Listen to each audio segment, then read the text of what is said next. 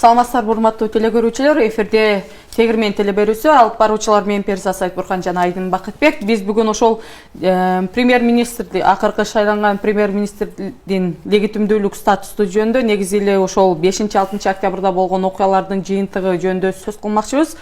Бул үчүн бизде конокто жарандык активисттер Замир Айылчиев жана Эржан Сулайман болмокчу. Алгач эле ошол суроо Замир мырза сизге берсем, негизи 5-6 октябрь күнкү чыккан элдердин талабы менен азыркы болуп аткан окуялардын мындай канчалык деңгээлде шайкеш келет да, бул ошол талаптар аткарылып атабы элдин? Албетте. Бул 5-октябрдагы болгон баягы маданияттуу төңкөрүш, мунун максаты баягы шайлоонун акыйкатсыздыгы болду. Анан бул шайлоонун акыйкатсыздыгы дегенде бул жөн эле шылтоо болду. Ал эми ошол азыркы президенттин иштеп жаткан акыркы 3,5 жылдагы жыйынтыгын көргөз алды да. Элдер калк айтса калп айтпайт дейт. Элдердин нааразычылыгы туулду. Ошонун натыйжасында абакта жаткан күнөөсүз мамлекеттик ишмер Садыр Нуркожоевичти алып келип ошол өкмөт башына коюшту. Мунун максаты өлкөдөгү бир туруктуулук, өлкөдөгү бир мамлекеттик бир системанын бир оң жолго салынышына бир өбөлгө болот деп эл ушуга ишеним артып, анан ушул маселелер жаралды. Ошону менен катар эле мына бүгүн өзүңөр көргөндөй эле Жогорку Кеңештин парламенттин депутаттары көпчүлүк добуштун негизинде Садыр Нуркожоевичти Кыргыз Республикасынын өкмөт премьер-министр катарында легитимдүү мыйзамдын негизинде шайлашты. Өкмөт мүчөлөрү бардыгы толтурулду. Бул жактан баса белгилеп кетем. Азыр өкмөттө көбүрөөк жаштар келип атат, ошол профессионалдар келип атат. Бир эле мисал айтып кетейин. Джон Хопкинс университетинин профессору Алмазбек Бешеналиев деген Кыргыз Республикасынын билим берүү министри болуп дайындалды. Эржан мырза, сизге суроодо негизи азыр карап көрсөк, 5-6 октябрь күндөрү элдердин талабы бул негизи ошол шайлоонун жыйынтыгын жокко чыгаруу болчу. Анан шайлоонун жыйынтыгы эмне үчүн жокко чыгарылыш керек болчу? Бул ошол Мекеним Кыргызстан жана Биримдик партиялары тарабынан, ошол Кыргызстан партиялары тарабынан буга чейин болуп көрбөгөндөй сатып алуулар жана мыйзам бузуулар болду деген себеп менен жокко чыгарылсын деген талаптар болгондо. Бирок азыр карап көрсөк, ошол жалгыз легитимдүү органдардын бирөөсү болуп турган Жогорку Кеңештин составын карап көрсөк, спикер Кыргызстан партиясынан болуп дайындалды, вице-спикерлер Мекеним Кыргызстан жана Биримдик партияларынын өкүлдөрү да азыркы күндөгү өкүлдөрү болуп турат. Ошону алып карасак, бизде талаптардын бирөөсү болгон люстрация канчалык ишке ашууда же болбосо бул ошол утопия боюнча калып калды? Тилекке каршы ошол 5-6 октябрда болгон окуялар, ошол окуяларда көтөрүлгөн талаптар жана максаттар бүгүнкү күнгө чейин толук жете элек, өз максатына жете элек. Өзүңүз белгилеп өткөндөй, тескерисинче мына кечээки күнү Жогорку Кеңештин резиденциядагы жыйындан кийин Садыр Жапаровдун тарапташтары дагы өздөрүнүн абдан чоң нааразычылыгын билдирип, мына бүгүн саат 12-де тарапташтар эски аянтта чогулду да. Анан мисалы ошол эле Кыргызстан партиясынын өкүлү кечээ төрага болуп шайланганы, буга чейинки биринчи баягы легитимсиз жыйынды мыйзам бузуу менен өткөргөн азыркы Мекеним Кыргызстандын төрагасы Мирлан Бакиров өткөргөнү, андан кийин Аида Касымалиева Биримдик партиясынын өкүлү дагы төраганын орун басары катары жыйын өткөргөндөрү, мунун баардыгы элдин кыжырына тийип, ого бетер баягы азыр баягы ушундай сезимтал болуп турган, эмоционалдык жактан абдан сезимтал болуп турган адамдардын, жарандардын, өзгөчө жаштардын кыжырына тийди да.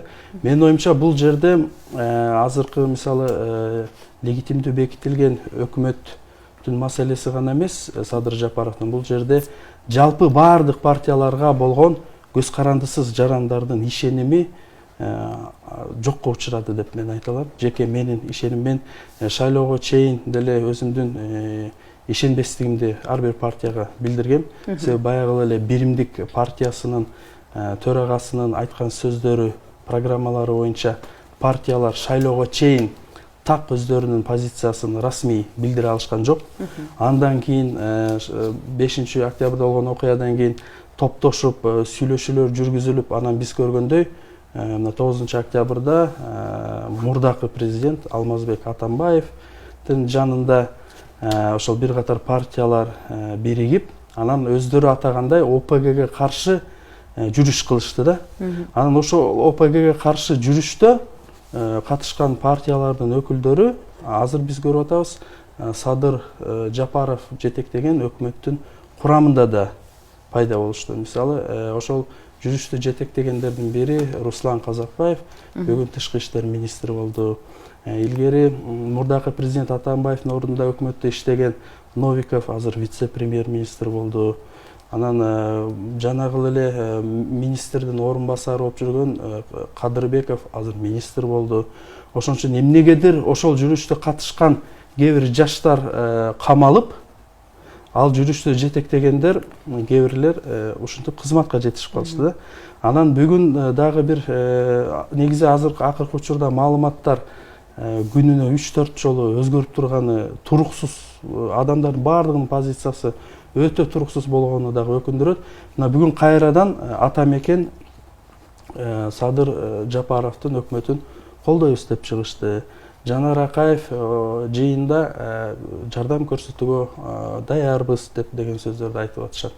Анда эмнеге жаштарды ээрчитип, ОПГге каршы деп маршка чыгарып, аларды таш бараңга калтырып, анан ошонун жыйынтыгында кайра колдоп чыккандары өтө кызыктуу да. Себеби булар айрым ошол партиялардын лидерлери, мүчөлөрү 5 октябрда дагы 6 октябрда тилекке каршы алар ошол топтолгон элдин баягы эл менен бирге ошол аянтта сүйлөп жаткан кезинде аларда сөздөрүндө да айрым мыйзам бузуу фактылары болду да.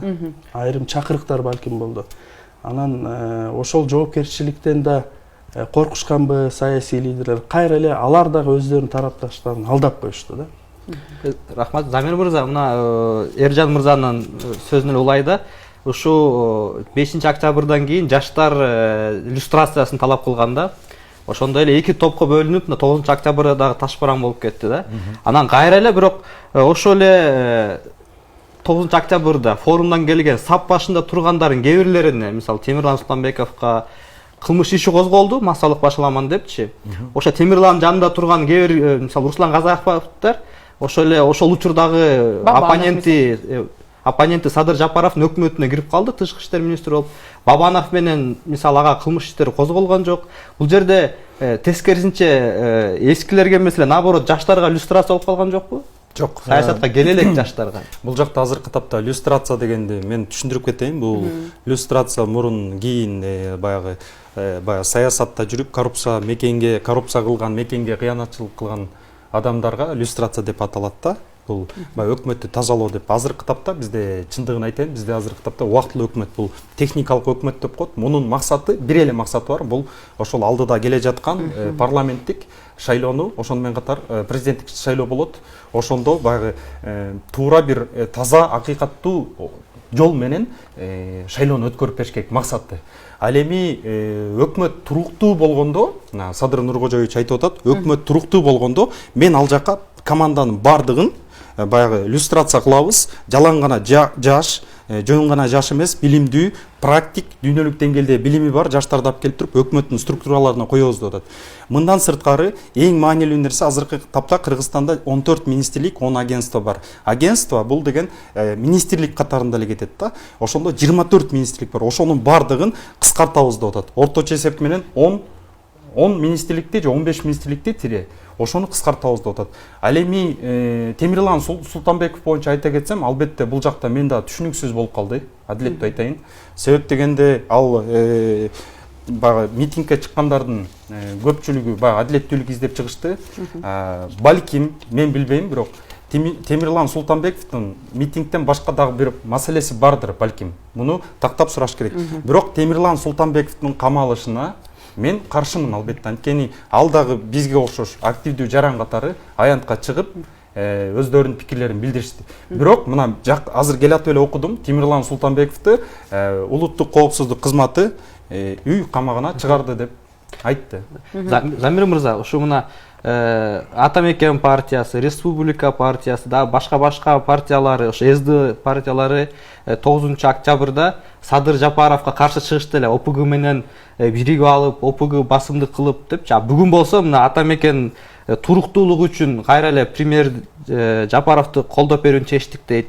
Мирлан Женчороев ырастады журналисттерге кырдаалды турукташтыруу багытында сүйлөшүүлөр жүрүп жатат деп Бабанов менен жолуккан имиш да. Бул биздин саясатчылар ушу позициясын тез-тез өзгөртүп турганын эмненин белгиси булчу? Буларды уже биз шайлоочулар уже чекит коюш керек го булардын саясий карьерасына. Сөзсүз түрдө бул жакта баягы туруксуздук болуп атат, эки сөз болуп атат, эки жүздүүлүк болуп атат.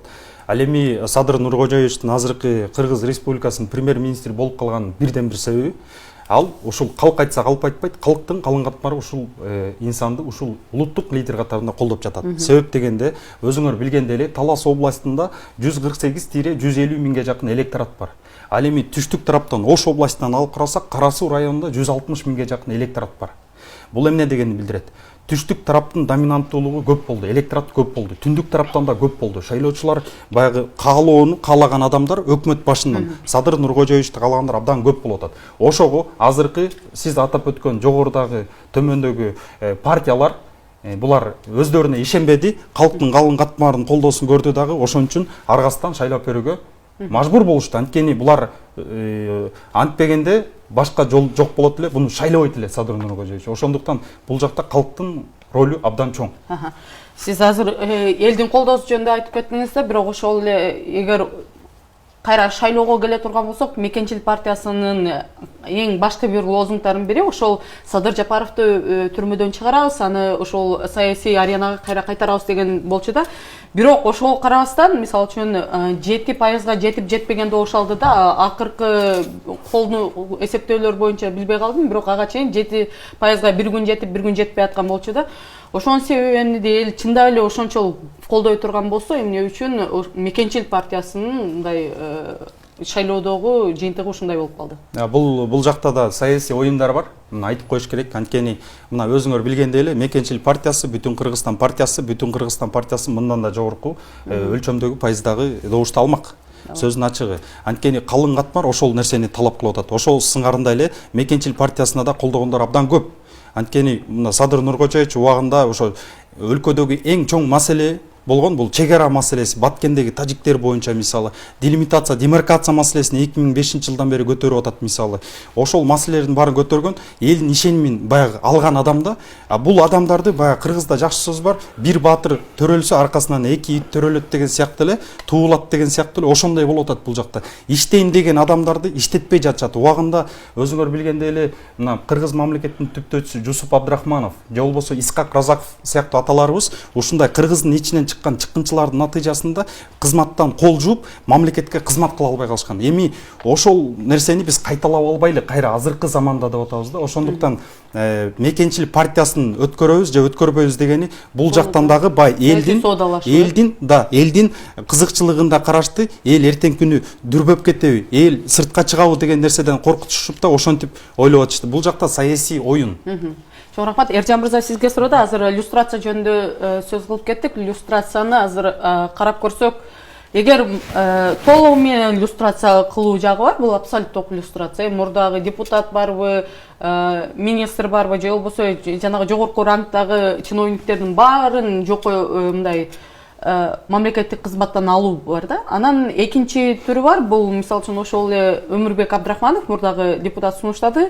Кайсы бир кызматты ээлеген кишилерди кайрадан мамлекеттик кызматка жолотпоо. Мисалы үчүн ошол эле улуттук коопсуздук кызматын ээлеп тургандар, же болбосо жогорку сот аркылуу жанагы саясий чечимдерди ишке ашыргандар депчи. Сиздин оюңузча азыркы күндө кайсыл иллюстрация үчүн мындай мүмкүнчүлүк бар ишке ашырууга? Ошол кайрадан бийлигин өзүн чыңдап алган мурдакы саясий топтор ошол иллюстрацияга мындай жол бере? Эми ачыгын айтканда, иллюстрациянын кайсыл түрүн албаганда бул өтө кыйын маселе чындыгында эле. Себеби иллюстрацияга азыркы керек болсо Садыр Жапаров дагы, башка саясатчылар дагы, башка партиялардын лидерлери бардыгы илинип калышы мүмкүн да. Иллюстрациянын критерийлерин кантип аныкташат мисалы. Иллюстрацияга мисалы биз деле мамлекеттик кызматта иштеп жүрдүк мындан мурун. Бизге окшогондор дагы жаштар деле анда иллюстрацияга туура келип калабы деген маселе. Бирок иллюстрация албетте бул өтө маанилүү маселе болуп турат. Иллюстрацияны менин оюмча жаңылышым мүмкүн, бирок менин оюмча иллюстрацияны мына биз Садыр Жапаровдон дагы күткөнбүз да. Иллюстрацияны мыйзам кабыл алуудан мурун деле, мисалы өкмөттүн курамын түзүп жатканда Садыр Жапаров деле ошо кандайдыр бир иллюстрация кылып, мисалы ошол өкмөткө көбүрөөк, мына айрымдарын Замир мырза атап өттү, бирок билим берүү министри мисалы жаңы кадр деп. Бирок башка министрлик, башка тармактар боюнча дагы ушундай көпчүлүк колдогон же мындай аты булганбаган, буга чейинки саясий баягы агымдарга кошулбаган кадрлардан алып келсе болмок да. Экинчиден, бирок бул дагы азырынча ишке ашкан жок. Ошол колунда ресурсы, рычагы бар болгон премьер-министр муну кыла албады. Үчүнчүдөн, менин оюмча, иллюстрацияны эл өзү дагы жасаш керек да. Мисалы, эгер азыр менин оюмча жалгыз бир калган үмүт бул таза шайлоо. Эгер таза шайлоо өтсө, негизи идеалдуу вариантында жарандар өздөрү мисалы ишенбеген саясатчыга добуш бербей, ошолорду шайлоодон өткөрбөй, ошентип иллюстрация кылыш керек деп дагы мен эсептейм да. Бирок тилекке каршы алда болгон жок да. Мисалы азыр баягы Садыр Жапаровдун тарапташтары анан карама каршы блокто ошо 9 октябрда бириккен өздөрүн оппозициячыл атаган партиялар деле анан баягы шаар, айыл, прогрессивдүүлөр, анан баягы салттуулар деп баягы тилекке каршы коомдо мындай бир жарака кетпедиби? Анан ошол жаракада тилекке каршы мисалы ошол прогрессивдүү аталгандар дагы, ошол оппозициячыл партиялар дагы бирдей эле методдор менен иштейт экендигин. Аларда деле мисалы жерлерде өздөрүнүн кулуну деп бирөөнү колдой турган болсо, Бишкекте деле мисалы биздин шаардыктардын арабыздан деп баягы айрым жаштар кадрларды алдыга сүрүп атышпайбы? Ошол эле механизм биздин кулуну же биздин тусовкадагы киши тилекке каршы бул жерде да иштеп атат да. Анан ошол Садыр Жапаровдун тарапташтарына баягы ОПГ жана башка деп баягы илип койгон мисалы мүнөздөмөлөр, ярлыктар кийин мисалы ошол эле оппозициячыл партиялардын лидерлери, бүчөлөрү тууралуу көчөгө чыгып адамдар сураса айтып берет. Кимиси ОПГ, кимиси криминал.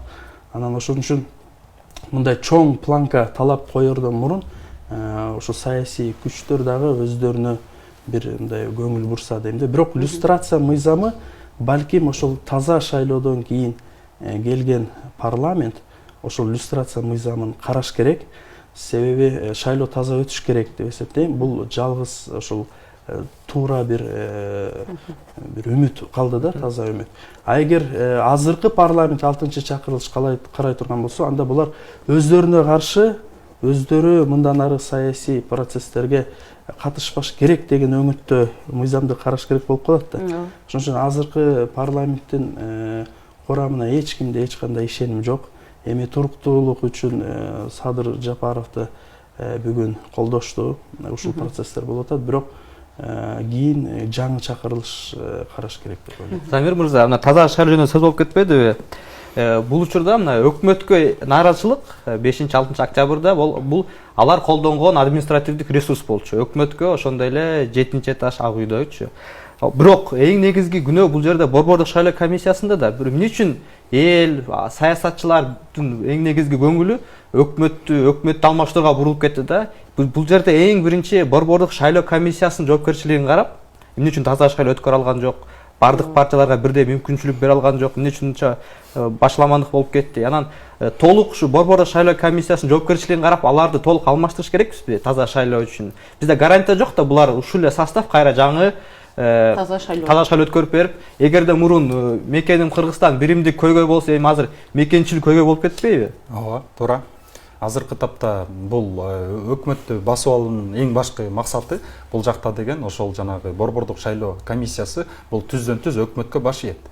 Ошого байланыштуу ал жактан дагы баягы атайын мындай чалуулар же болбосо буйруктар толук кандуу болгон. Бул саясий оюнда болгон. Ошонун натыйжасында борбордук шайлоо комиссиясы өзүнүн ишмердүүлүгүн булар аткаруучу адамдар ошондуктан өздөрүнүн иштерин так жогорудагы адамдар айткандай кылып аткарып беришти. Азыр мен айтам, эгерде парламентте бир ачык адамдар келсин десек, сөзсүз түрдө азыркы борбордук шайлоо комиссиясын толук кандуу тазалашыбыз керек. Мына өзүңөр билгендей эле борбордук шайлоо комиссиясында мүчөлүктө эки сөздөн бир сүйлөм түзө албаган адамдар отурат. Ошол арасынан болсо ошол оппозициялык көз карашты көргөзүп, элдин талабын талашып чыккан Атыр Абдрахманова мисалы. Ошол жактан баягы өздөрүнчө бурмалап отуруп, аркы бөлмөдөн сүйлөшүп алып, анан баягы партиялар тандагандары бул туура эмес. Бул деген ачыктан ачык улуттун, элдин жана мамлекеттин келечегин уурдоо дегенди билдирет. Ал жакта татыктуу партиялар келатканда, ошондуктан алар өзүңөр билгендей эле биз деле жүрдүк, ошо борбордук БШКнын алдында жүрдүк, канчалаган адамдар чогулдук, бирок ошол биздин элдин мүддөсү ою аткарылбаган натыйжасында өкмөт үйүнө жада калса ошо президент отурган ак үйгө чейин бардык. Ошондуктан мен ойлойм, бул калк айтса калп айтпайт да бир жолу. Бул жакта калктын наразычылыгы түздөн түз болду. Анткени алардын добуштарынын бардыгын уурдап алышты. Замир мырза, мына ушу соңку шайлоонун жагдайларычы адилетсиздиги себеп болгон бул ошо 7% өтө төмөн порог, ошо эле форма 2 боюнча мына 500 000 киши, ошондой эле жанакы 5 миллион сом күрөө да. Ушуларды майда партияларга, жаңы чыккан партияларга бардына бирдей мамиле болсун, бардына бирдей шарт болсун деп сунуштар болот атпайбы? 3%га түшүрөлү, 5%га түшүрөлү, 1 миллион сом күрөө болсун, форма 2-ны жоёлу депчи. Мына бүгүн парламент ушул эң негизги проблемаларды ушул парламент чече алат деп эсептейсизби? Эгерде мен башында айтып өткөндөй эле БШК бул маселени чечсе, БШКны полностью тазалашса, адилеттүү, акыйкаттуу парламент келсе, анда сөзсүз түрдө чечилет. Азыркы чакырылыш жаңы шайлоого чейин мыйзамды өзгөртүп коюш керек да. Мыйзамды жогорку кеңеш өзгөртөт да. Булар ушу 5%га же 3%га 5 порогту 7%ды ошондой эле 5 миллион сом күрөөнү булар саясий эрки жетип ушуну чече алат дейсизби же? Бул нерсени азыркы отурган парламент чече албайт. Анткени булардын аркасы таза эмес. Анткени мен башында эле айтып өткөм, шайлоо келатканда бул орточо эсеп менен 5%га түшүрөлү деген. Анткени өзүңөр билгендей эле демократиялуу өлкөлөрдө, өзгөчө ошо Европа мамлекетинде жана башка мамлекеттерде шайлоонун таза өтүшүн камсыздоо үчүн билимдүү жаштарды, мондай компетенттүү мамлекетке мындай профессионал адис адамдардын келүүсүн каалашат алар. Ошондуктан алар 3%дык өлчөмдү коюп беришет. Бирок булар деген 9%дыкка көтөрөбүз деп максат коюшкан. Ошол максатты ишке ашпай, ити чөп жебей, ошонун натыйжасында 7%дык өлчөм болуп калды. Биздин оюбузча, эгерде мамлекет действительно ошол Эстония жана башка Финляндияга окшогон мамлекет болуп, өнүгөбүз, эгемендүүлүгүбүз да бийиктейт деп, туубуз бийиктейт десе, анда сөзсүз түрдө биз 3%га өтүшүбүз керек. Мен 3%дык өлчөм. Эржан мырза, мына ушул негизги ушу порог 5 миллион сом ушулар форма 2 ушу нараазычылыкка алып келди да. Азыр болсо ушу эң негизги көйгөйлөр да. Бул көйгөйлөрдөн азыр бөлөк нерсе өтүп кетти да. Кимди премьер кылып дайындайбыз, тиңде мындай депчи. Кайра ушу жанакы повестка жандап коет го. Повестка кайра ушул маселелерди кантип алып келебиз? Диагнозду туура койгонду эмне үчүн билбей атабыз да? Эми өкмөт бул баягы ресурстардын булагы болгондуктан биринчи кезекте адамдар ошол мисалы БШК эмес өкмөттүн маселесине көңүлдөрүн бурушту. Бирок жогорку кеңештин жыйындарында, резиденцияда өткөн жыйындарда Сулайманов жана башка депутаттар тарабынан ошол маселелер көтөрүлдү. Мисалы пайызды түшүрүү боюнча 5 же 3%га чейин. Анан күрөөнүн суммасын 1 миллион сомго чейин түшүрүүчү бул талкуу жүрүп баштады. Анан менин оюмча азыркы чакырылыш, 6-чакырылыш ал кызыктар.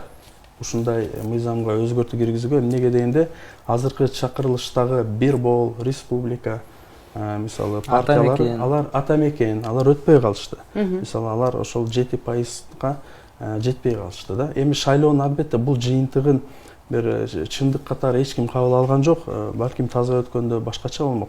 Бирок көрүнүп турат, ошол айрым фракциялардын лидерлери деле ошол мындай алар ошол реалдуу абалды көрүп, ошол шайлоо боюнча алар өздөрүнүн кайра өздөрүн алып келүү үчүн булар пайызды төмөндөтүүгө барышат деп ойлойм. Мен да кошумчалап кетейин.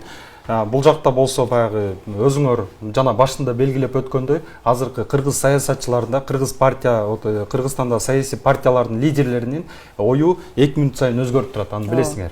Анткени алардын өздөрүнүн жеке пикири, жеке билим жагынан да мен чындыгын айтканда кээде шектенип кетем да. Мына форма 2 боюнча айтып кетейин. Алар эч качан 3% өлчөмдү колдобойт. Бир бол партиясы колдоп атат, мен билем, ооба. Алтынбек Сулайманов колдоп атат. Мен бул нерсени туура көрөм. Бирок форма 2-ни алып келген Текебаев Атамекен партиясындагы бул нерсеге жол бербейт. Бул мыйзамдын бардыгын кашасын чыгарып жаткан нерсе, бул Атамекен партиясынын лидери, мурунку лидери Текебаевдин колунан жаралган да. Ошондуктан азыр деген бул 5 миллион күрөө, анан жана башка деген маселелерди көтөрүп атпай, бул деген парламентке, бул базаркомдор, акчасы бар адамдардын келүүсү гана талап кылынгандай эле болот да. Мамлекетибиз демократиялуу мамлекет. Бизде күрөө деген нерседе маселе болбош керек деп ойлойм. Жада калса 1 миллион эмес, 1 сом кошпой туруп кош баягы ошол парламентке аттана тургандай болуш керек да. Бул жөн гана мындайча айтканда шылтоо. Бул жөн гана оппоненттерден коркуу. Анткени азыркы топто Кыргызстандын баягы 50 жылда эл жаңы, 100 жылда жер жаңы деп атпайбы? Азыр кыргыз жаштары чындыгын айтканда көздөр ачылды. Жада калса ошол СССР убагында чоңойгон баягы адамдардын бардыгынын ойлору өзгөрүп атат, мындайча айтканда. Ошондуктан мен ойлойм, бул жакта албетте бизде өнүгүү болот, бирок форма 2 жана күрөө жана ошону менен катар 3%дык өлчөмдү менин оюмча бул парламент алып келе албайт. Анткени алардын биринчиден эрки жетпейт, бардыгы айдатма. Албетте арасында 120 депутаттын бир орточо эсеп менен бир 25-30 бир адилеттүү, билимдүү болушу мүмкүн, калган бардыгы тең айдатма. Форма 2 боюнча кошумчалап кетейин. Форма 2-ни азыр популисттик түрдө такыр эле жокко чыгарып салыш керек.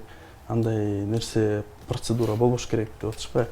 Бул деле туура эмес бир четичи. Мисалы, форма 2-нин кандайдыр бир же көзөмөлүн күчөтүш керек, жолун табыш керек, же кандайдыр бир башка процедурасын табыш керек. Себеби Кыргызстанда, мына Facebook'та деле биздин көптөгөн досторубуз, белгилүү инсандар деле бирөөсү балыкчыга барып добуш берди, бирөөсү таш көмүргө барып добуш берди. Меники мисалы шаар ичинде пропискам анан жашаган, фактически жашаган жерим бөлөк, эми шаар ичинде барып добуш берсе болот. Бирок форма 2 менен махинация кылынганы бул факт. Бирок ошол эле мезгилде мисалы паспортундагы көрсөтүлгөн дареги менен факт түрүндө жашаган дарек ар башка болгон жарандар деле бар. Алардын ошо шайлоо укугунан биз аларды биз шайлоо укугунан ажыратууга ал прописканы мисалы прописканы алып паспорту менен эле ар бир участокто единый тизме болсо шайлоочулардын 3 миллионго жакын. Ал шайлоо участоктуна барып каалаган жерден добуш берип, кийинки участокко барып кайра дагы добуш берем десе актан чыгып калат, сиздер добуш бергенсиз депчи. Бул маселени биз атыр менен сүйлөшкөнбүз, чечиш оңой эле экен да. Анан азыр негизи эле кайра ошол Кыргызстандагы саясий күчтөрдүн мындай акыркы күндөрү болуп аткан өзгөрүүлөрүнө келсек, көз жазымында бир аз калып калган бир окуя болду. Орусиянын президенттин аппарат башчысынын орун басары келип кетти, Дмитрий Козак. Анан келгенде дагы, мисалы үчүн, ал келип туруп чогулбай аткан парламент чогулду, ал келгенден кийин кол коюлбай аткан Садыр Жапаровду премьер катары дайындоо боюнча жогорку кеңештин чечимине президент кол койду. Анан президент менен Садыр Жапаров жолукту, Сооронбай Жээнбеков менен Садыр Жапаров жолукту. Анан ушундай жанагы кыргыздардын негизи мындай бир ой келип калат экен да, кыргыздардын саясатчылары негизи ушунчалык өзүнүн эптеп эле бир портфель алып калсам, ушул жерден жеңип калсам экен деген ой пикири мындай кайсы бир эл үчүн кызмат кылууга мындай бир тоскоолдук кылып койду да. Ошол эле учурда ушунчалык көз каранды экенбиз, 7-чи этаждан эмес, керек болсо Кремльге көз каранды экенбиз. Орусиянын жөнөкөй эле бир чиновниги келип биздин баарын кайра ордунан коюп кетти да. Ошого сиздердин оюңуздар кандай да? Бул эми андан ары ошол эле президенттин партиясы алдына жылдырып атпады беле, евразиялык интеграция деп. Ушундай болгондо көз карандысыздык маселеси келип чыгат экен да. Сиздердин оюңуздар ушул боюнча? Биздики көз каранды эмес, биздин аткаминерлердин көпчүлүгү күн карама, айдатма. Вот биз эмне үчүн жаштар чыгып атабыз? Биз деген мамлекеттеги биринчи эгемендүүлүк, элдердин бейкуттугу, социалдык, экономикалык кризистен чыгарыш керек. Анткени көпчүлүгү билбей атат. Бир күн иштебесе мамлекеттик машина. Анда ал жакта биз бир жылга артка кетебиз. Ошол нерсени түшүнбөй жатышат. Азыркы таптагы мына Сооронбай Шарипович өзүнүн баягы контролду өзүнүн колуна алып туруп, мына 3 күндөн кетем деди, 3 күндөн кетиш керек болчу негизи. Анткени элдин бейкуттугу, эгемендүүлүк маанилүү. Ал эми жанагы партиялар боюнча айта кетсем, шайлоодо көрдүк, мисалы, бир жакшы бир платформаны көргөзө алышкан жок. Бардыгы теңчи, мисалы, бир платформаны, мисалы, билим берүүнү өнүктүрөбүз, чек ара маселелерин чечебиз, дүйнөлүк деңгээлдеги экономиканы чыгарабыз, же болбосо мыкты өкмөттү түзөбүз дагы, өнүгүү, мисалы, завод, фабрикалар, жеңил өнөр жайды мондай өнүктүрөбүз, же билим берүү тармагын мондай өнүктүрөбүз, же жаштарга мондай инвестиция салабыз. Жаштар келечек дейт, бирок кандай ошолорго баягы айтылган сөз менен кылынган иш практикалык жүзүндө ишке ашпай жатат. Анан бул жакта баягы евразиялык мамиле жана башка деген бул сөзсүз түрдө бир тараптуу, бир вектордуу саясаттын жемиши деп ойлойм да. Анткени бизге көп тараптуу керек. Биз мына жада калса өзүңөр билесиңер, Америка мисалы. Америка эмне үчүн Америка? Дүйнөлүк экономика. Мына ошол эле азыр биз сыймыктан айтып аткан Түштүк Корея, Сингапур, Малайзия жана башка мамлекеттердин бардыгы тең интеграция кылган ошолор менен. Америка менен. Ошондуктан мен айтып кетер элем, азыркы атка минерлердин баардыгына өзүңөрдүн жеке кызыкчылыгыңарды, жеке портфолио же болбосо жеке мансап бийлик үчүн жумшоо, мамлекеттин келечеги, мамлекеттин бүтүндүгү жаркын муунга бир өнүккөн Кыргызстанды тартуулап берели деген максат менен жашагылачы деп айтам да. Анткени бул жакта биз Орусиянын колониясы катарында эле калып калып атабыз да. Орустардан көз каранды. Мисалы, Путиндин жардамчысы келди мына, келип туруп айткандан кийин сөзсүз түрдө Садыр Жапаров менен жолукту. Анан бүгүн мына чыкырылбай жаткан, качып жүргөн, үйүндө мышыктай болуп жаткан депутаттардын баардыгы келип туруп бир добуштан көпчүлүктүн негизинде колдоп беришти да. Бул деген Орусияга түздөн түз көз каранды экендиги. Ошондуктан мен урматтуу туугандар айтып кетерим, балдарыңарды окуткула, билимге инвестиция кылгыла деп айтып кетем. Анткени азыркы биздин Кыргызстанда болуп жаткан саясий акыбал 2 мүнөт сайын өзгөрүп атат деп атпаймынбы? Бул деген билимсиздиктин натыйжасы. Жан мырза, мына ушу 6-октябрда бири-бири менен оппонент болгон ошо Атамекен, Республика, бир бол партиялары мына Садыр Жапаровду колдоп койбодубу? Ушу Перзат айткандай эле ушу Дмитрий Казактын келгени менен байланыштуу эмеспи, Путин жардамчысы менен? Ошо келгенден кийин ушу Атамекен, Республика партияларынын ою өзгөрүп кеткен жокпу? Алардын ошол пикиринин, позициясынын өзгөрүшүнө менин оюмча бир канча ар кандай себептер таасир берди. Алардын бири балким биз эч ким билбейт, так айта албайт. Балким ошол да себеп болгондур. Бирок бул Кыргызстандын эгемендүүлүгүнө шек келтирген сөздөр, аракеттерди биз мына акыркы жылдары көрүп келатабыз. Анан биримдиктин төрагасы Аманкуловдун айткан сөзү боюнча мен шайлоого чейин ошол маалымат чыккандан кийин юстиция министрлигине арыз жазгам. Саясий партиялар жөнүндө Кыргыз Республикасынын мыйзамына ылайык каттоочу орган ал партиянын ишмердүүлүгүн токтото алат. Мына бүгүн деле канча күн өттү, бүгүн чалсам жообу али даяр элек деп атышат. Анан 14 күндүн ичинде дагы бир нече күн калды, алар жообун бериш керек. Анан негизи биздин саясатчылар, мына Замир мырза күн карама деп айтты, ошого пикирге кошулам. Биздин саясатчылар кээде баягы сырткы таасир, анан басымдан тышкары саясатчылар өздөрү да жагалдануу, кошомат кылуу аракети менен алардан күткөн бир кыймыл аракеттен да артык бир иштерди жасап атышат да. Кээде балким алардан талап кылбагандай, балким эч ким талап кылбагандыр, бирок булар өздөрү да мисалы өздөрү демилгелеп. Өздөрү демилгелеп, биз мурун деле билебиз, мурунку президенттердин учурунда айрым премьер-министрлер мисалы Америка Кошмо Штаттары менен болгон келишимди жокко чыгарып, ушундай бир баягы Кремльге жагалдануу аракетин көрсөтүп. Алар суранбаса деле. Ооба, суранбаса деле баягы аларга өзүн көрсөтүү аракети менен деп биз түшүнөбүз. Бирок ушул боюнча мына мен жаштарга да айткым келет. Жаштар мына азыр биз ошол бир Россия гана деген вектордон четтеп, биз ошо Россиядагы анан башка багыттарды альтернативалуу бир кызматташуу багыттарын карашыбыз керек, изилдешибиз керек, талдашыбыз керек. Азыр мисалы Садыр Жапаровдон деле баягы легитимсиз өткөн биринчи жыйында бекитилгенден кийин бир орусиялык журналистпи жаңылбасам сурады. Негедир ушул мамлекеттин журналисттеринин сураган суроосу эле ушул бирдей да. Учурунда Бакиевден, Атамбаевден да эң биринчи берген суроолор ошондой болгон: Россияга мамилеңиз кандай деп сурайт да.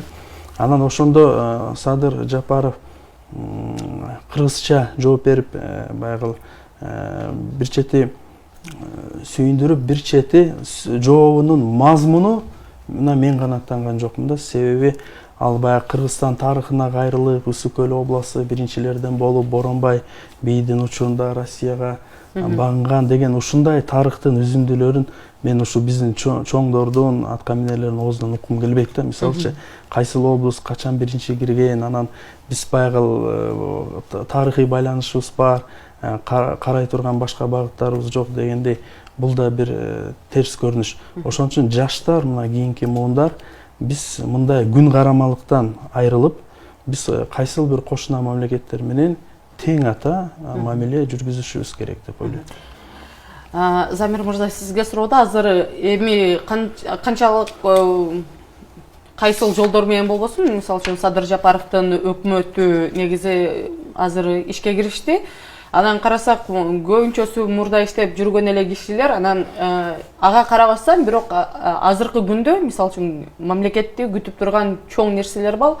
Биринчиден кыш, экинчиден ошол эле Токтогул КЭСиндеги суунун аздыгы, пандемия, экономикалык кризис, булардын бардыгы бул азыр андан бетер мындай бир аябай бир баткакка кирип баратабыз да. Ошол учурда ошол эле мисалы үчүн шайлоолор, эки шайлоо бар. Жогорку кеңештин, анан эгер Сооронбай Жээнбеков өзү баш тартса, анда президенттик шайлоолор бар да. Ошолордун баарын ошол өкмөт жөндөп жолго коюп кете алат деп канчалык ишеним артса болот да азыркы кабинетке?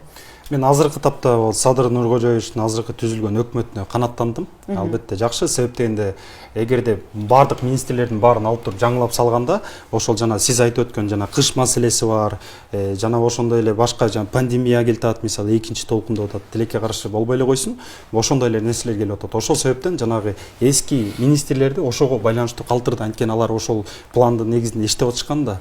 Ошого байланыштуу бул нерсе жаңылар келсе мындай жаңылар келсе алар баягы адаптация болгуча убакыт өтүп кетмек да. Ошого байланыштуу кышка Токтогул КЭСинде маселелер, ошонун бардыгын жөнгө салып алгандан кийин шайлоону эң башкы максат азыр ошол кышка, анан шайлоону туура өткөрүп алсак, таза өткөрүп алсак, андан кийин таза бир өкмөт түзүлөт деп мен терең ишенем. Ошондо Айдин айтып өткөндөй эле люстрация маселеси каралат. Люстрация маселеси дегенде деле мына бул жактан мындай нерсе бар да, убакыт алат да люстрация. Люстрация бул оңой нерсе эмес, 2 күндө чечип койчу нерсе эмес. Ошого байланыштуу люстрация дегенде бардык ошол структурада иштеген, бардык ошол тармакта иштеген адамдардын барды кетип, конкурстун натыйжасынын негизинде мамлекеттик кызматка алынышат. Ошондуктан мен ойлойм, бардыгы өзүнүн ордунда болот, өзүнүн жайында, бирок бул кризистен да чыгабыз деп ойлойм. Замир мырза, мына ушу эмне үчүн башка талапкерлер да каралган жок да? Мындай ой жаралып калат экен да. Садыр Жапаровдун тарапташтары көчөдө туруп, анан күчкө салып эле депутаттарды премьерге бекитип койгондойчу. Мисалы башка фракциялар Сулаймановду, Бабановду, Тилек Токтогазиевди сунушташты. Керек болсо мына нейтралдуу болсун деп Эмил Үмүталиевдин аты чыгып атты соц тармактардачы. Ушулар башкарсын, эч бир саясий топто болбогондор депчи. Аягында келип бир эле талапкер калып калды да. Бул жактан элдин талабы болду, эң башкысы элдин талабы болду. Ал эми бул жакта албетте фавориттерден Өмүрбек Токтогулович болгон, бирок Өмүрбек Токтогулович ошо президенттик шайлоодо 600 000 адамды электоратын калтырып туруп Орусияга кетип калган. Туурабы? Эми андан кийин да канчалаган мүмкүнчүлүктөр болду. Мына кечөө деген ошол 5-inde болгон төңкөрүштө келип туруп элдин алдына чыгып туруп 5 мүнөттүк сүйлөп бере алган жок. Үйүндө жатты да, мышыктай болуп. Мисалы азыр деген биз деген бардыгын реалдуу карашыбыз керек. Эгерде Өмүрбек Токтогулович ошол өзүнүн керт башын таштап туруп ошол абакка отурганда 2020-жылы мына 5-inde улуттук лидер катарында чыкмак. Бул жакта деген эл эч качан калп айтпайт. Эл ар дайым акыйкаттуулукту талап кылат. Ошондуктан мурун кийин мына азыркы 6-чакырылыштын депутаттары чимкирик, какырык, түкүрүк деген мыйзамдарды кабыл алып жаткан болсо, ал эми Садыр Нуркожоевич өзү 2005-жылы 1 мандаттык округтан келип туруп, Ысык көл областынын Түп районуна келип туруп, алыскы Баткендеги эң чоң маселени көтөрүп туруп, келгиле, ушул жака деген 10 миллион доллар кетет экен, же болбосо 100 миллион сом кетет экен деп туруп, маселени көтөрүп туруп, ошону демаркация, делимитация кылалы дегенде көпчүлүк адамдар колдобой койгон. Анан ошонун натыйжасында мына колдобой коюшту. Азыркы тапта мына чек ара маселеси 100 миллиард доллар болсо да чечилиши аябай кыйын. Анткени мына тажиктер, өзбектерди көрүп атасыңар. Мына Баткенде жаткан биздин жөнөкөй мындай жарандарыбыз Бейик Куттукта жашабай мындай күнүгө таш менен атышып атат мисалы. Вот ошондой маселени көтөргөн адам, Кумтөр маселесин көтөргөн адам, мына Каркырадагы 2007-жылы Каркырада 600 гектар жерди казактарга өткөрүп берип атканда мисалы. Ошондо ратификация кол койбой, Садыр Жапаров 2008-жылы кетти. 2007 жылы кетти, 2008 жылы депутаттар уялбай ошол нерсени колдоп берген. Мына чыккынчылык, мына Кумтөр маселеси боюнча эмне үчүн Садыр Жапаровду өкмөт башчысын алып келбегендигинин натыйжасы мына азыркы тапта деле аябай күрөшчүрбөдү мына Орусиянын өкмөтүнөн адам келгиче. Бул жакта мына ошол эле Акаевдин, Бакиевдин жана башка Атамбаевдин жана акциялары Кумтөрдө бар деп атат да. Алардын былжык ириген чириген аркасындагы туура эмес иштер чыкпай калышсын деп ошондой баягы санаган кара мүртөз адамдар көп болуп атат. Ошонун натыйжасында Садыр Жапаров Кыргыз Республикасынын премьер-министри болуп дайындалды деп мен терең ишениммен айтам. Самир мырза, ошондой эле сурады өзү кечээ күнү депутаттардын суроосуна жооп берип жатып, Садыр Жапаров айтты, мен кресло үчүн эч качан жармашкан эмесмин депчи. Бирок эксперттер айтып атат да, мисалы Ташиев ÖKÖ 2012-жылы Ак үйдү басып алуу аракети болгон, андан кийин быйыл март айында дагы Садыр Жапаровдун тарапташтары Ак үйгө чабуул жасоо аракетин көргөн. Эми мына ушу 6-октябрда Нарашылыктын айы менен келип калды да. Ушу 3 факт да, ушу эл аркылуу келип Ак үйдү басып алуу аракетинин айынан 3 аракети болгон, аягында мына премьер-министр дайындап атат да. Бул ушу кресло үчүн жармашпайм деген сөзү менен дал келеби? Жок, бул дал келбейт, анткени бул мамлекеттин өнүгүүсү үчүн. Анткени Садыр Нуркожоевич өзү эгерде люстрация болсо таза эле чыгат. Анткени дегенде эмне үчүн Эмилбек Каптагаевди алып кетти деп жана губернатор, Ысык көл областынын губернатору Эмилбек Каптагаевди алып кетти деген үчүн ошол берене менен соттолгон. Кийин Эмилбек Каптагаев өзүнүн арызын артка кайтарып алган. Бул жакта баягы ошентсе дагы зомбулукка салып туруп камашкан. Бирок жана 2012-жылы, анан кийин март айында быйыл ушу Ак үйдү басып алуу аракети болуп атпайбы? Ак үйдү басып алуу аракети деп ойлобойм. Анткени бул жакта баягы ошо абакта жатканда адилетсиздикти көрдү, сот системасынын туура эмес экенин көрдү, органдардын туура эмес иштейт экенин көрдү. Ошонун натыйжасында бул нерсе келип чыкты деп ойлойм да. Вот ошону ал эми жанагы Камчыбек Кыдыршаевичтин өзүнүн 2000 канчанчы жылы баягы 2012-жылы чыккан, 2012-жылы эле чыкканын себеби да ал жакта баягы провокациялык иштер болгон албетте. Адамдын намусуна шек келтирген, ошонун натыйжасында чыккан да. Эржан мырза, сизге суроо да, азыр ошол эле биринчи күндөгү жанагы Садыр Жапаровду шайлоо убагында, мисалы үчүн Садыр Жапаров айтып кетти, ошол шайлоону өткөрүү керек деген маселе коюлганда айтты, шайлоону эми так айткан жок, бирок ошо кийинчерээк кылып, анан азыр ага чейин конституцияны өзгөртүп алсак жакшы болот эле депчи. Бирок биринчиден өкмөт башчысы конституцияга өзгөртүүлөргө эч кандай мындай демилге көтөрүүгө укугу жок да. Анан экинчиден болсо ошол эле азыркы учурда конституцияны өзгөртүү канчалык туура, негизи эле бул мындай бир шайлоону өткөрүүдөн эптеп качуу аракетинде көрүнүп калды да. Сиз ушуга кандай карайсыз? Менин оюмча ушул Садыр Жапаров түрмөдө болгон учурда ошол мезгилдеги балким кандайдыр бир ой пикирлери менен кийин азыркы реалдуулукта дал келбей калды да. Мен ушундай үмүт кылам, ал көп пикирлерин азыр өзгөрттү, себеби 6-чакырылышта депутаттар да кээ бир маселелерди айтып атат. Мисалы баягы бир мандаттуу боюнча ал жарабайт экендиги тууралуу. Анан азыр пикирин өзгөртүп, бул ошондой бир консенсуска, компромисске да барууга аргасыз деп мен үмүттөнөм. Анан шайлоону мыйзамда көрсөтүлгөндөй убакта же эртерээк өткөрүү менин оюмча Садыр Жапаров жана анын партиясы үчүн деле жакшы болмок да. Себеби дегенде азыр мына эйфория болуп атышат, Садыр Жапаровдун тарапташтары да эйфория болуп сүйүнүп атышат, бирок чындап айтып келгенде сүйүнө турган эч нерсе жок. Азыр Садыр Жапаров эмес, 10 жолу Ли Куан Ю келсин, эч кандай бир кардиналдуу позитивдүү өзгөртүүлөрдү күтүү өтө оор абалда, азыркы абал өтө оор, кыш келатат, пандемия, кризис жана башка. Ошон үчүн Садыр Жапаровго өткөн мурас бул өтө мындай кыйын, эң кыйын учурда мурас өттү да. Ошондуктан анын баягы аброю, ошол калың журт ичиндеги аброю азыр солкундап кала элек кезде, мисалы Мекенчил партиясынын тарапташтары, колдоочулары өздөрүнүн оюн өзгөртө элек кезде эртерээк анан мыйзам талабына да туура келгидей кылып шайлоону өткөрүү маанилүү деп ойлойм да. Анын өзүнө да ошол пайдалуу болот деп ойлойм. Бирок аны биз азыр дагы мезгил көрсөтөт кандай болоорун. Бирок негизги азыркы максат ошол таза шайлоо болуш керек. Ушу азыркы ситуацияны түздөп кете турган бул ошо таза шайлоо, конституцияга өзгөртүүлөрдү киргизүү. Азыркы учурда мисалы азыр ар түрдүү саясий күчтөрдү бириктирүү деле кандай, мисалы бир пикирге келтирүү да кандай кыйынчылыкка турду. Алардын биригиши дагы алардын баягы бир эки жүздүүлүгүнө дал келип калды да. Ошондой да абал болуп. Ошон үчүн азыр коомдук бир максатты коомду бириктирип, аны конституцияга өзгөртүүлөрдү киргизүү менин оюмча азыр учурдун талабына көп туура келе бербейт. Ал кабыл алынган конституцияда баардыгын канааттандырабы, канааттандырбайбы, буга шашпай келишибиз керек. Эң биринчи азыркы максат ошол таза шайлоону өткөрүш. Замир мырза, мына Садыр Жапаров бир нече жолу айтты да, бир мандаттуу мажоритардык системаны колдойм, ошого өстүк жакшы болот эле депчи. Бирок Европада дагы парламенттик өлкөлөр бар, мажоритардык бир мандаттуу системасы менен. Ошонан бүт эксперттер, юристтер сындап келишет да кескинчи. Мисалы 120 округту бөлсө Кыргызстандычы, мисалы бир партия 100 округтан тең 48% алып утулуп калышы мүмкүн да. Бир округтан 51% алыш керек да. Бирок ошо 100 талапкерди 48%дан санасак, бул бир дагы өкүлчүлүк болбойт, бирок жалпы Кыргызстан боюнча ал партия экинчи орунду алышы мүмкүн да. Пропорционалдык менен санасакчы. Мисалы Великобританияда ушундай ситуация болгондо Брекситти колдогон бир партия бүт округтардан ушу 45-49 алып утулуп калып, жалпы санаса 40% Британиянын шайлоочулары аларга добуш бериптир да, бирок бир да өкүлү жок да. Ушунун кичине демократияга алысыраак болгон мажоритардык системаны сиздин оюңуз кандай?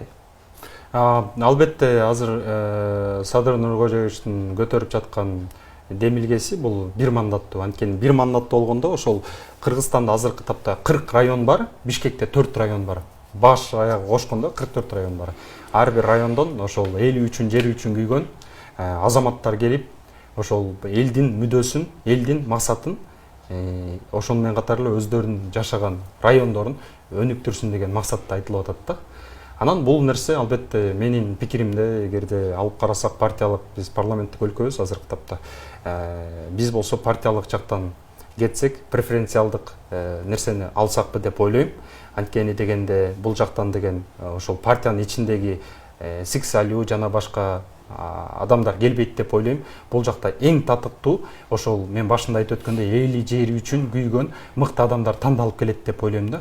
Ошондуктан эки жактын тең жакшы жактары бар, эки жактын тең жаман жактары бар да. Бирок азыркы тапта Кыргызстандын мисалында менин пикиримде преференциалдык система мыкты деп ойлойм. Сиздин оюңуз боюнчачы, ошол партиялык тизме боюнча деле бул демократияга жакыныраак болот атпайбы? 3%га түшүп калса дагычы, элдин пропорциясы аркылуу эл өкүлчүлүктүчү. Бирок биз көрүп атпайбызбы? Саясий партиялардын лидерлери эле бос болуп алып эле мандат биринчи ондуктарды сатып, каалагандай кылып атпайбы?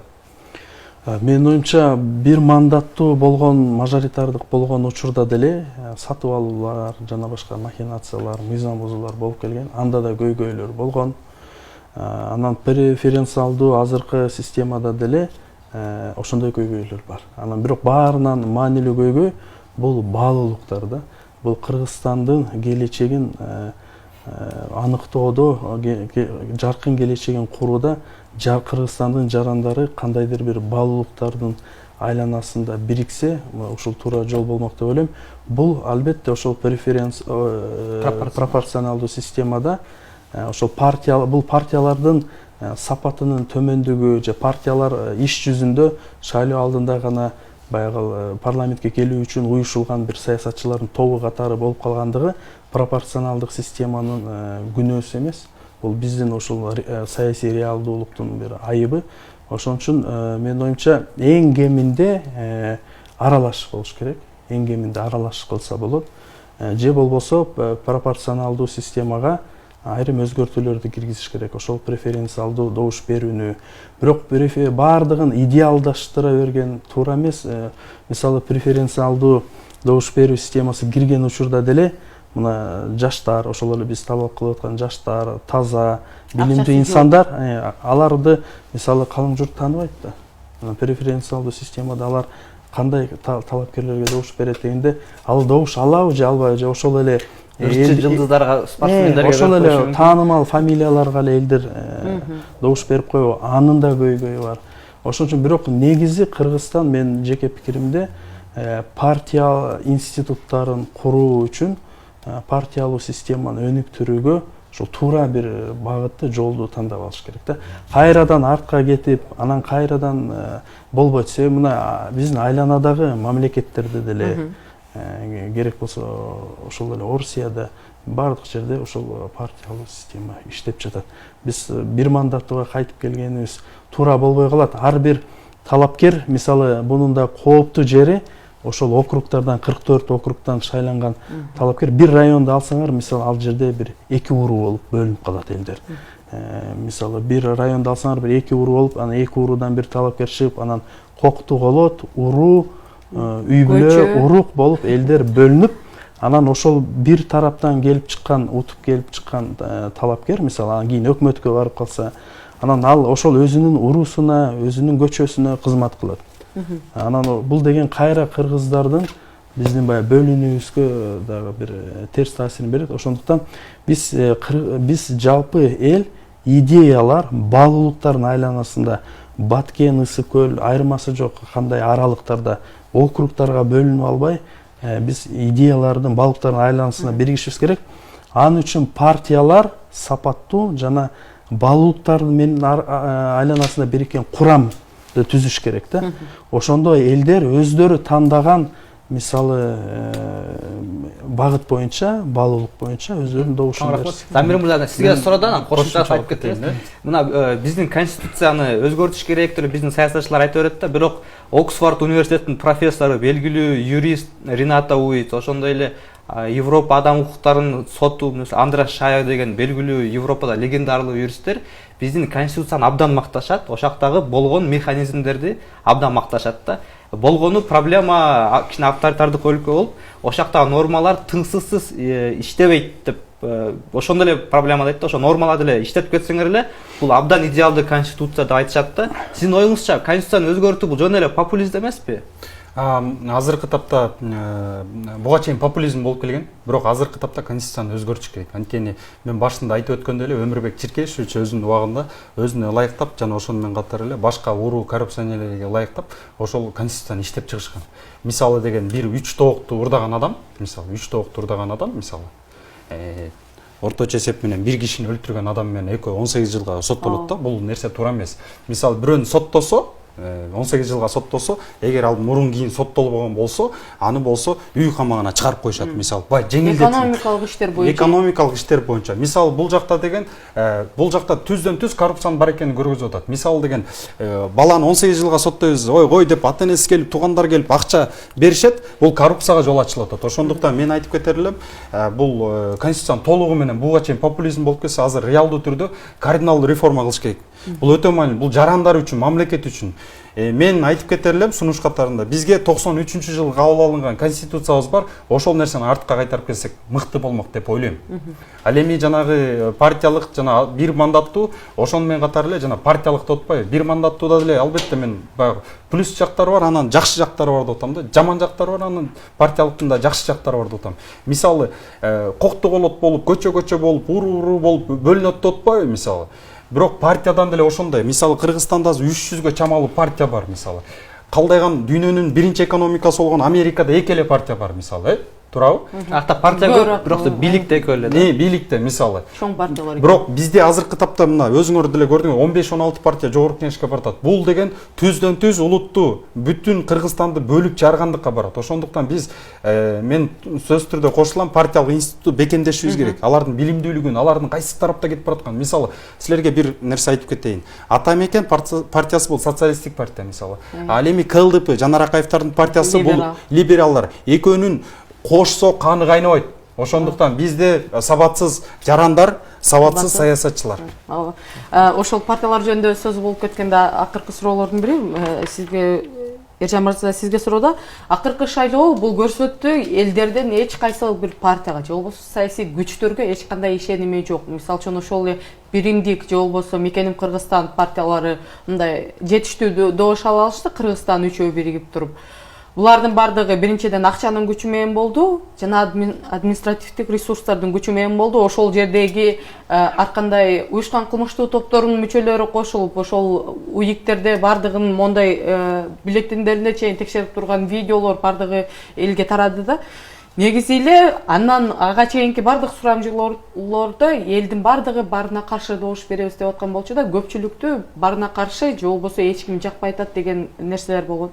Ушундай учурда бирок элди кайсы бир ишенимин кайтарыш керек деп партияларга же болбосо кайсы бир саясий күчтөргө сиздердин оюңуздарча ошондо кандай мүмкүнчүлүктөр бар да азыркы күндө кайрадан партияларга эл ишенимин кайтарып келүү? Элдин партияларга ишенимин кайтаруу үчүн азыркы мисалы акыркы шайлоого катышкан партиялардын бардыгы дагы, катышпаган партиялар дагы, катыша турган партиялар өздөрүнүн моралдык жоопкерчилигин сезип, кандайдыр бир чечкиндүү кадамдарга барып, ошол аракеттерин элге көрсөтүш керек да. Мисалы курамдарды элде бизде адамдар негедир программасына караганда курамына көбүрөөк көңүл бурушат, бирок курамы боюнча дагы мисалы кайрадан жаңылануу болуш керек. Кайрадан ошол программалар эл дагы, жарандар дагы ошол программаларын жакшы баалап, карап, талдап чыгыш керек да. Анан азыркы мисалы болгон окуялар, ушу тарыхый окуялар бул улуу муунга, жаш муунга бардыгына бир чоң сабак болду. Азыр мисалы көп угуп атабыз, көп мисалы жаштар баягы көңүлү калган жаштар, мисалы ишенип ошо 6 октябрга чейин өздөрүнүн өмүрүн баягы тобокелдикке салып жүргөн жаштар деле көңүлү калып, анан булар баалуулуктан, демек бул лидерлерде баалуулук нерсе жок экен. Буларда кызмат менен кресло эле керек экен деп, баалуулуктардын айланасында кандайдыр биригүү процесстери жүрүп атат да. Мен ушундай үмүт кылса болот, эми ушул тарыхый окуялардан кийин баягы баалуулуктун айланасында бириккен курамдар, партиялар, күчтүү институттардын төрөлүшү жана бекемделиши башталат деп. Ал эми буга чейинки партиялар боюнча алардан биз алар моралдык жоопкерчиликти канчалык сезгенин биз мына эми байкайбыз. Ошого жараша буга чейин толук ишенимин көрсөтпөгөн шайлоочулар келерки шайлоодо да эч ишенимин көрсөтпөйт. Кошуп кетсем. Мына азыркы тапта бул шайлоолордун адилетсиз өтүүсүнө бир гана бул БШК күнөөлүү эмес, же бир гана бул борбордук өкмөт күнөөлүү эмес да. Бул жактан мен айтып кетерим, убакыттан пайдаланып, урматтуу агартуучулар, мугалимдер, ошол домкомдор, жана ошону менен катар эле врачтар токтоткула андай сатууларды. Силер деген өзүңөрдүн келечегиңерге балта чап атасыңар. 7000 сомго, 7000 сомдук айлыкка иштешет мугалимдер. Мисалы, БГУда информатика сабагын берген адам 7000 айлык алат. Уялгыла, мына азыркы тапта дүйнө жүзүндө мугалимдер эң престиждүү, врачтар эң престиждүү кесип кызмат болуп атат. Вот силер өзүңөрдүн ордуңарды белгиле деп айтып атабыз да. Анан бир нерсе болсо эле бизге үй бербейт, бизге ипотека бербейт деген маселелер. Силер ушундай агартуучулар, элди агартуучулар, элге билим бере турган, билимдүү жаштарды тарбиялап жаткан адамдар силердей болуп ушундай коррупционерлерди, акыйкатсыз коомду баягы тандап берип атканыңарга силер өкүнүп, ошого уялышыңар керек. Ошондуктан могу келе жаткан парламенттик шайлоодо өз абийириңер менен коомдун, мамлекеттин келечеги үчүн таза бир шайлоо көрүп, сатылбагыла жана атылбагыла деп айтып кеттим. Чоң рахмат. Урматтуу телекөрүүчүлөр, биз ошол акыркы болгон окуяларды эфирдеги коноктор менен талкууладык. Бүгүн бизде жарандык активисттер Замирбек Айылчиев жана Эржан Сулайман болушту. Алып баруучулар мен Перза Сайтбурхан жана Айдын Бакытбек. Кийинки берүүлөрдөн көрүшкөнчө сак саламатта туруңуздар.